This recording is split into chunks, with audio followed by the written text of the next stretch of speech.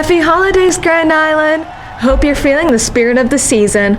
We're excited to bring you another stellar Viking Vision newscast today. I'm Lindsay. I'm Sienna. Awesome to be here with you. Today is Friday, December 13th, 2024, and it is a day 2 at Grand Island High School. We'll have a polar plunge recap in a moment, plus huge honors for some of our boys soccer stars later in the newscast. But first, attention sophomores, juniors, and seniors. The Spring Driver's Education Program is being offered here at Grand Island High School. The program will run from February 4th, 2025 to June 5th, 2025. Registration applications are available for pickup in the high school main office or online. You must be 16 years old with a valid New York State driver's permit or driver's license to apply. The cost is $735 and includes 16 sessions of 90-minute in-car driving lessons as well as 16 sessions of 90-minute classroom instruction. Submit your registration and payment to Mrs. Ziem in the main office as soon as possible, as registration is secured on a first-come, first-served basis. The program will only run if the program meets the minimum required student enrollment. Registration applications for Spring Driver's Ed are due by January 10th, 2025. Students and staff, sign up for the Donate Life Club's second Connect Life annual blood drive, which will take place next Thursday, December 19th from 7:45 a.m. to 1:30 p.m. in the Grand Viking Theater. Go to room 110 of the high school or contact Robert Simpson at gicsd.org to sign up and select a time slot to give the gift of life. You must be at least 16 years old to donate. Everyone who donates blood will receive a voucher for a free ticket to a Sabres game. It was a cold one out there for our Grand Island Vikings polar plunge team as they braved the frozen waters last Friday. But spirits were high and tons of money was raised for Special Olympics and unified sports in the region. We caught up with some of the polar participants who talked about their experiences with the plunge. It was the coldest plunge that I've ever been a part of. It was the kind of cold that when you step into the water, it totally knocks the breath out of you because the wind was whipping and the waves were tall. And that's part of the fun of it all, is that you walk in there, you take the toughest shot that Lake Erie can give you, and you come out unscathed. You never look at that lake again. So it was cold. It was brutal. The kind of cold that takes your breath away. And we did it. So if I was going to use one word to describe the weather on Friday, it was brutal. It was really, really tough. But I think I had a smile frozen on my face the whole time, so that was fine. And I got to say, doing it so my daughter and I did it together 2 years in a row. I think we were each other's bravery to try it last year for the first time, and we stuck together to do it again this year. We held hands. But I think it was more for survival than anything else at some point. And we went in up to our waist, which was very brave and scary. But then we just bolted right back out. And it was tough. It was windy. It was waves. It was good surfing weather, maybe, for somebody somewhere. So yeah, it was really meaningful and it was a lot of fun, but definitely brutal. To answer the question you're not asking me, will I do it again next year? Yes, I will do it again next year. Yeah, so we arrived there and it was pretty chilly to start off. So we get there, we register and everything. We get our t-shirts, our hoodies and stuff, and we put our stuff up on our table, and then we're just chilling there until they finally blow the horn and we're ready to go in the water. So we're running there. The wind, it's super cold. It makes things 10 times colder. I lose my friends in the process of running there. So we all eventually end up in the water. I go about knee deep-ish. I know a lot of my other friends, they went underwater. I believe Dallas went underwater, and then Mr. Albert also went underwater. And then when we got out, we had to get towels immediately, and we had to change immediately so that we wouldn't get hypothermia and stuff like that because of how cold the water is. And while we're going back out, there's a whole nother group going down, and I'm oh my gosh. But it was honestly super fun, and I'm more than likely going to do it next year. The fundraising process, it was pretty calm. I raised a decent amount of money. I know a lot of people raise a ton of money, and I'm really grateful that it's going towards a good cause. Yeah, the Polar Plunge is an amazing event. It's been amazing working with my kids and raising money for the Polar Plunge, and my class sold hot chocolate for raising funds to donate to Special Olympics, and specifically for the polar plunge. A couple of my students participate in the polar plunge, and it's just a great experience to be able to be with them, being in the frigid water for a great cause. It was cold down there. It was really cold, but we all came together and we plunged for a great reason, a great cause, to raise money for our kids to be able to participate in sports all over Western New York. The term "freezing for a reason" is used often when describing the polar plunge. The Vikings plungers talk about why all the fundraising and these experiences matter. From our hot chocolate sale, we raised about $315, and our school together as a whole raised a little bit over $8,000 for Special Olympics this year.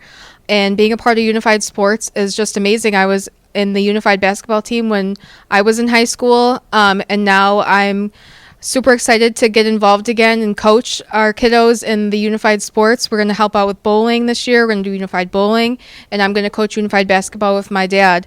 So I'm really excited to get these kids involved in the Unified Sports and just have fun. Well, let me tell you this. I'm a little shy about money. It's not really my thing. And I have, like, having a lot of kids, we've had fundraisers over the years that I feel like, oh, buy cookie dough or whatever.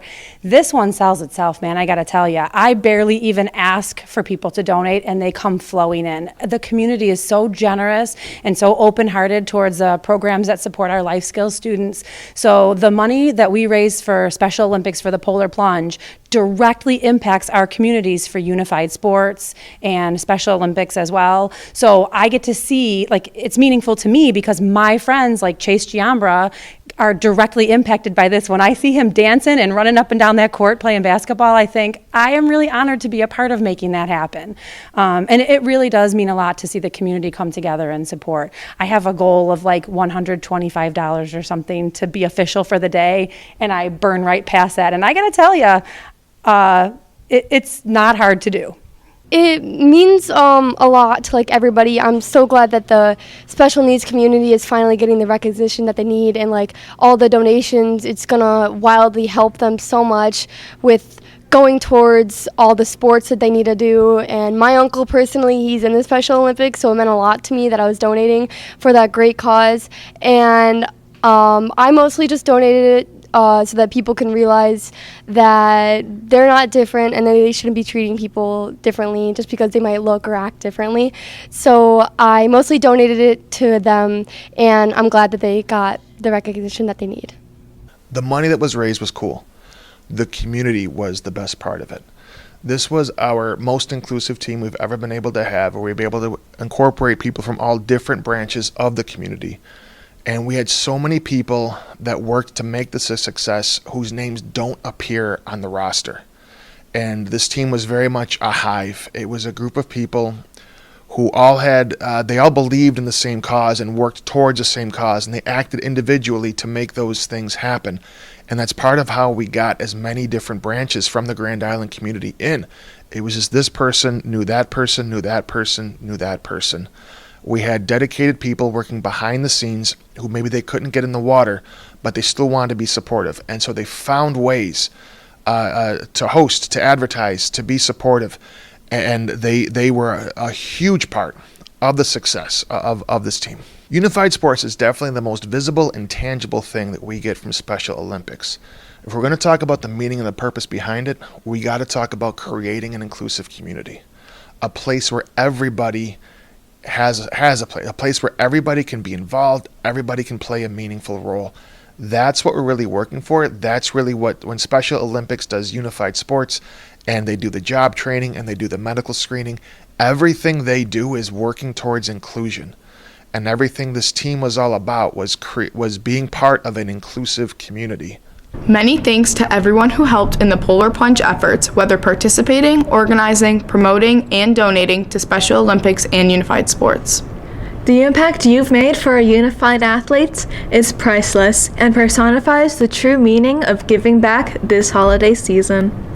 Speaking of giving back, tomorrow you have a chance to help out local families in need for the 2024 Toy/Gifts and Food/Toiletry Drive for Grand Island families, organized by Superintendent Dr. Graham. This special event occurs tomorrow, Saturday, December 14th from 10 a.m. to noon behind the Grand Island High School. Follow driveway number 5 to reach our wonderful volunteers with your donations. We invite you to consider donating at least one toy and one non-perishable food or toiletry item to bring joy to children and families this holiday season. Suggested donation items include, in the toys and gifts category for kids, games, books, craft supplies, Legos, dolls, action figures, sports gear, and Play-Doh. Teen gifts donations can include gift cards, cozy scarves, socks, bath goodies, sports gear, and sweet treats.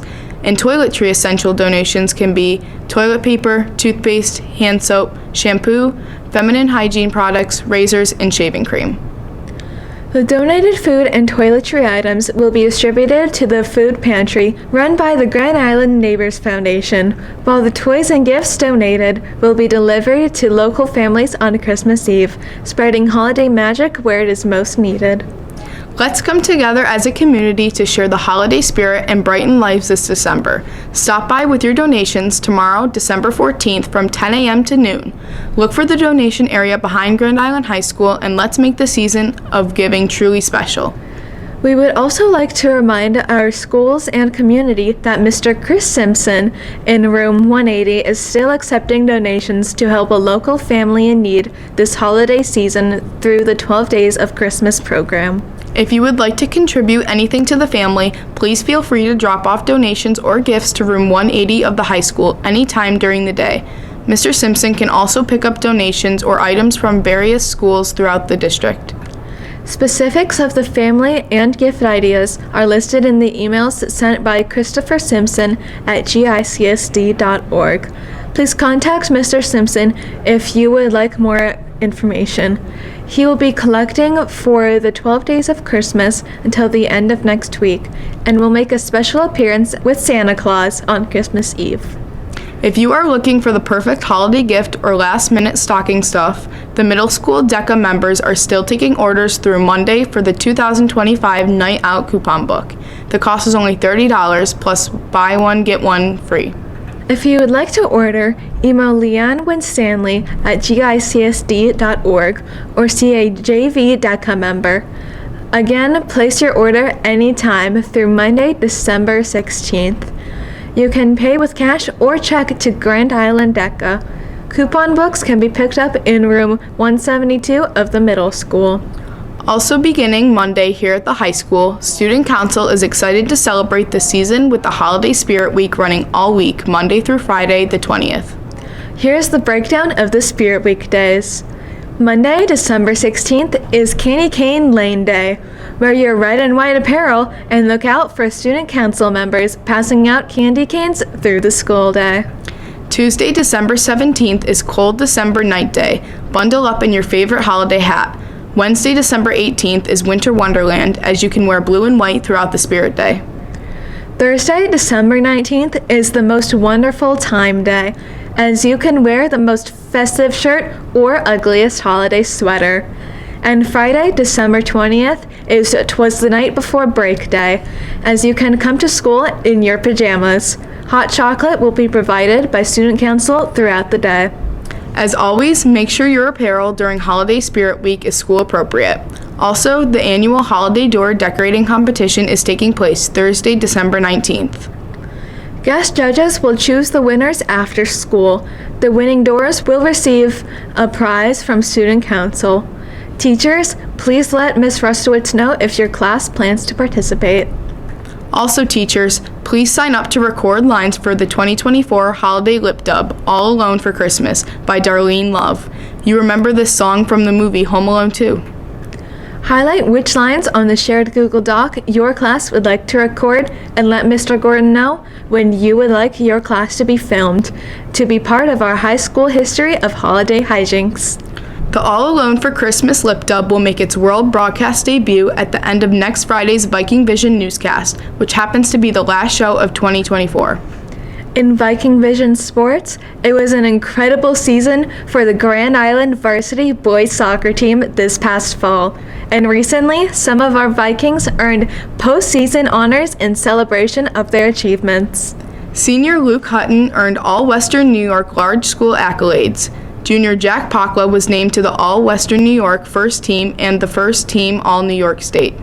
Senior Owen Redfern scooped up tons of awards, including All-Western New York First Team, in addition to being recognized as All-Western New York First Team All-New York State and the Player of the Year in all of Section 6.